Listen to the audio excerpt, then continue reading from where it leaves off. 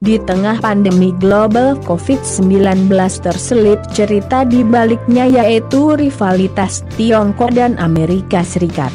Kedua negara saling tuduh tentang pandemi tersebut.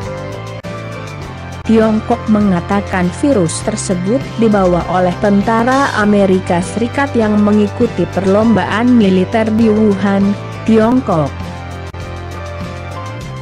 Sedangkan Amerika Serikat menyebutnya virus China flu yang bocor dari sebuah laboratorium di Wuhan. Hal tersebut menunjukkan rivalitas kedua negara tersebut masih berlangsung yang sebelum wabah global COVID-19 terjadi, yaitu perang dagang di antara keduanya. Rivalitas dua negara besar Amerika Serikat dan Tiongkok telah berlangsung sejak tahun 1950-an dengan pertarungan ideologi liberalisme yang diwakili Amerika Serikat dan komunisme oleh Tiongkok menjadi awal dari rivalitas. Hubungan keduanya diwarnai propaganda perang dingin, embargo perdagangan, dan kebisuhan diplomatik. Perang Korea pada tahun 1950 menjadi bukti rivalitas Amerika Serikat dan Tiongkok. Berakhirnya Perang Dingin tahun 1990-an telah merubah peta konstelasi politik internasional hingga memasuki era milenial tahun 2000-an. Corak rivalitas antar negara pun mengalami perubahan, tidak lagi mengandalkan kekuatan militer dan ekonomi tetapi mulai merambah pada kekuatan teknologi. Terdapat sebuah keyakinan dari negara-negara maju dan besar seperti Amerika Serikat dan Tiongkok bahwa pertarungan masa depan dunia akan bergeser dalam pertarungan teknologi. Kalau pada abad 16-18 siapa yang menguasai lautan maka akan menjadi penguasa dunia, dan kerajaan Inggris Raya telah menjadi bukti pada waktu itu sebagai penguasa dunia, diikuti Perancis, Spanyol, Portugal dan Belanda. Maka pada masa depan siapa yang menguasai teknologi maka akan menguasai dunia dan menjadi negara yang survive dalam pertarungan politik internasional.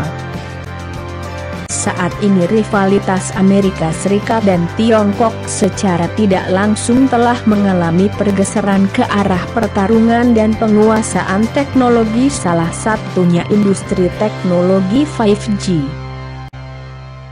Hal ini sangatlah wajar karena ketergantungan dunia terhadap teknologi sangat kuat dari level individu sampai ke level negara.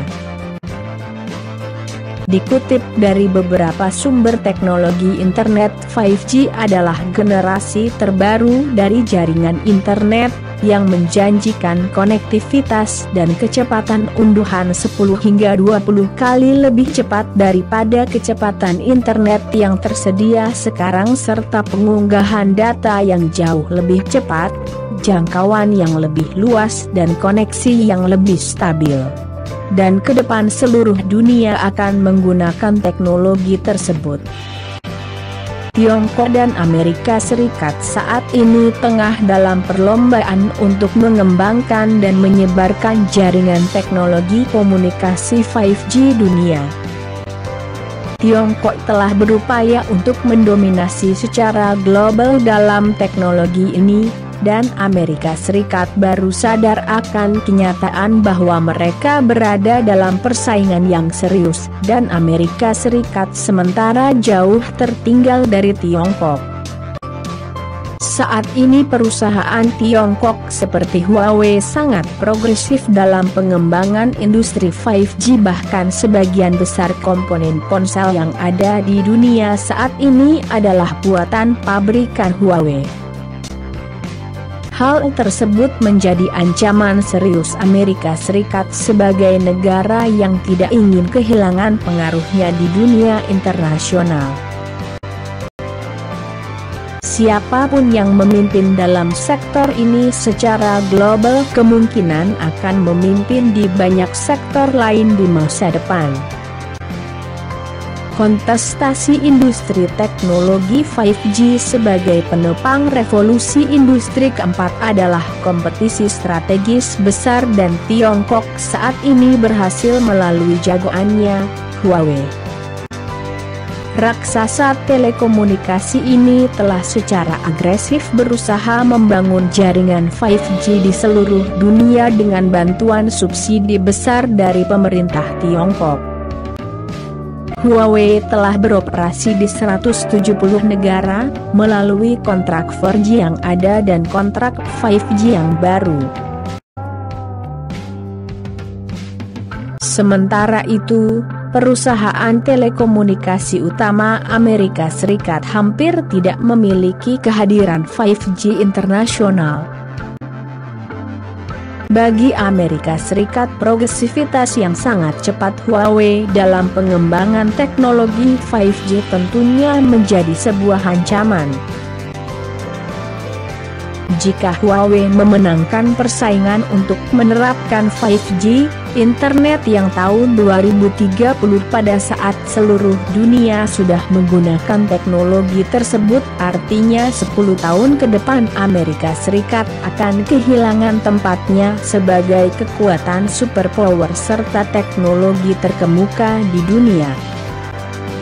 Secara otomatis akan berdampak terhadap lika-liku Amerika di seluruh dunia karena akan sangat terkekang oleh keberadaan sistem teknologi komunikasi yang disediakan oleh Tiongkok serta dikendalikan secara tunggal.